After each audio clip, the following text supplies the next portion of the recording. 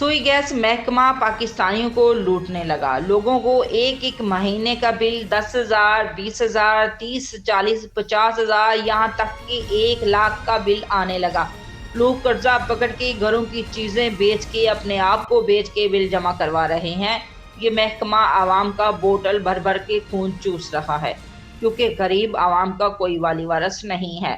क्योंकि गरीब आवाम चुप करके हर तरह के जुल्म बर्दाश्त कर रही है, और जब तक आप जुल्म के खिलाफ नहीं बोलोगे, ये जुल्म होता रहेगा। हुकूमत और अदलिया और तमाम अदारे, मीडिया चैनल वाले इस संगीन जुल्म का नोटिस लें और गरीब आवाम को रिलीफ मिल सके।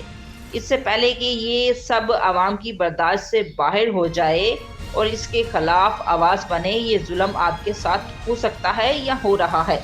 न जाने अब गैस यूरेनियम को अफजोदा करके बनाई जा रही है, या फिर हवाई जहाज़ों में डाले जाने वाले महंगे ईंधन से निचले तबके की अब जिंदगी निहायत मुश्किल बना दी गई है। ना वो मुर्दों में है और ना ही वो जिंदों में।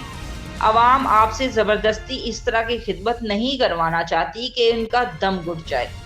IMF से कर्जे अवाम ने नहीं लिए कि वो वापस करती फिरे। जिन्होंने लेकर खाए हैं वो खुद ही वापस करें।